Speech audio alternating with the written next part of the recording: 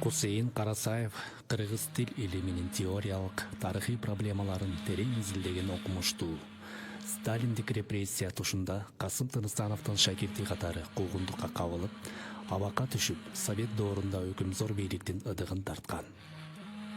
Профессор Кусейин Карасай уулу 1920 жылдары Кыргыздын туңгуч гезити Эркин тоону чыгарууга жигердүү катышып, кийинчерээк кыргыз-орус сөздүгүн түзүүчүлөрдүн бири болгон.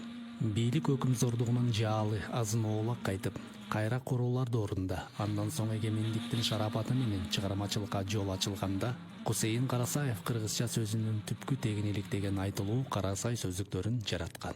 Азыркы Жусуп Баласагын атындагы Кыргыз улуттук университетинде 1970 жылдары окуп калган студенттер кыргыз тил илиминин үлөктөрү Константин Юдахинди көрүп, Зияш Бектенов менен Кусейин Карасаевден, ошондой эле Жээнбай Мукамбаевден сабак алышканы өмүрүндөгү өзгөчө окуя болуп калаарын ал кезде ойлонушпаса керек эле. Академик Юдахин университетке келгенде макаллатып кыргызча сөз сүйлөсө, кыргыз тили менен адабияты, эл ооз-эки чыгармачылыгын мыкты билген Зияш агай араб тамгасын студенттерге үйрөтчү.